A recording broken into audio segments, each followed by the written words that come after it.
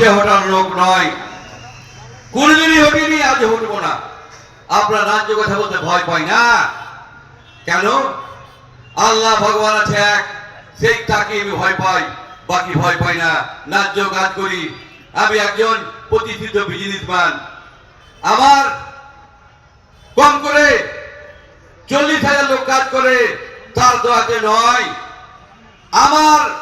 আমি বলছি 2 বছরের ভিতরে মানুষের যেটা বড় সমস্যা সেটাও করে দেবো, যে চিকিৎসা সেটাও করে দেবো। কেন? আমি গরিবের কাজ করতে এসেছি, সমাজ সেবা করতে এসেছি, সব রকম চিন্তাধারা করি। আজকে দেখুন হসপিটালের কত সুন্দর অবস্থা, রাস্তাঘাট দেখুন পরিষ্কার হয়েছে। আপনারাই বিচার করে বলুন। আমি কিন্তু কাজ করতে এসেছি, এই দালালিটা করি না এবং দালালি করব না। আমরা মমতা ব্যানার্জি সৈনিক, মমতা ব্যানার্জি যেমন লড়াকু, আমি সেরকম লড়াকু। ন্যায্য কথা বলতে ভয় পাই না, কোন দালালকে দেখে ভয় পাই, চাকরি পাই না। দালালিয়া সবসময় মানুষের পাশে লেগেছে এবং আজ থেকে নয়, 32 বছর ধরে যেমন সেবা করে আসছি। আমাকে সমাজ সেবা কেউ শিখায়ও না। কেন? মানুষের সব দুঃখে দুঃখে শিখেছি। আপনার ইতিহাস জেনে নেবেন, 18 বছর বয়স থেকে মানুষের সেবা করে এসেছি, আজও সেবা করতে চাই আপনারা দিলে। এবং আমার রাজনীতি চাপ আর কিছু নাই। কেন? আমি রাজনীতি করে 1 পয়সা করে কামাইনি, কামানোর চিন্তাও করি না। কেন? আমি যে বিজনেস করি, লিগাল ব্যবসা করি, লিগাল ব্যবসায়ী রোজগার করে লোকে দান করি। কেন? মা বাবা শিখিয়ে গেছে যে রোজগার করে গরিব মানুষের পাশে দাঁড়াবা। মা বাবা শিখে গেছে মানুষের আপদে দাঁড়াবা। সেই মা বাবার আদর্শ নিয়ে এবং এলাকার বিশিষ্ট লোকেরা বলেছে সেই আদর্শ নিয়ে কাজ করে এসেছি। এবং সততা নিয়ে কেউ মুখ খুললে তাদের মুখ ভেঙে দেবো, আমি বলে দিচ্ছি। কিন্তু সততা মানুষের আসল পরিচয়। আমি সততা নিয়ে রাজনীতি করি এবং যতদিন সততা নিয়ে করবো। সততা ভাবে বিজনেস করে এসেছি, সততা ভাবে করেছি।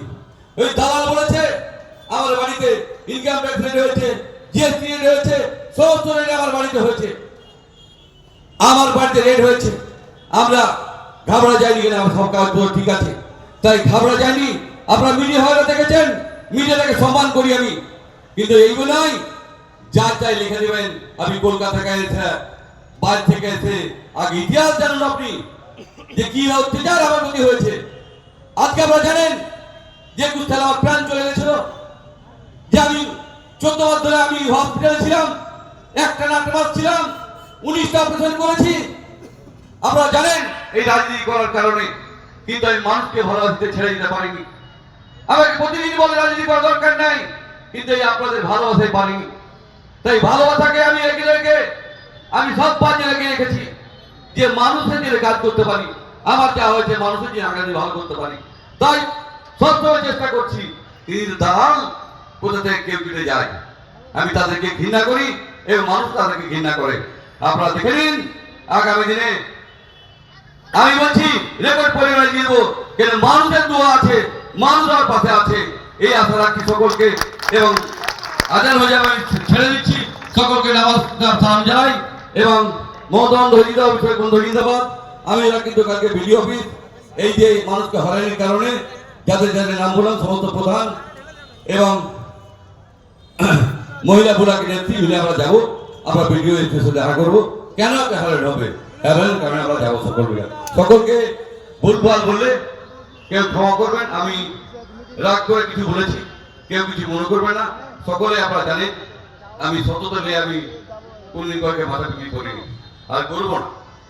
আমাদের কিছু লোক আছে বড় বড় কথা বলে, আমার বিল্ডিং নিয়ে রেড়া মানিটা কি জেনে নিলেন, দিয়ে আমার নেটে দেখালেন আমার বিল্ডিং এর মানুষ আছে কিনে। যদি না থাকে কালকে আসেন, দেখে যান। যে লেখাপড়া না জানেন বুঝে যান, নেটে সব দেওয়া আছে, দেখে নেন কত থেকে কত মানুষজন আছে। 1 ইঞ্চি 2 নম্বরে থাকে, যা বলুন আমি দেখে দেন। আমি 2 নম্বরের ব্যবসা করি না, 2 নম্বরের ব্যবসা পছন্দ করি না। আমাকে কেউ ব্যবসা না শেখায়। তোমরা যদি অদম, আমি কেন উত্তম হবো না? আপনার অদম বলে আমি উত্তম হবো না তা নয়। আমাকে সব উত্তর আছে, দিতে পারবো। সবটা দিলে না, সকলকে বুদ্ধ দিলে ক্ষমা যায়। জাকির হোসেন জিন্দাবাদ, জাকির হোসেন জিন্দাবাদ।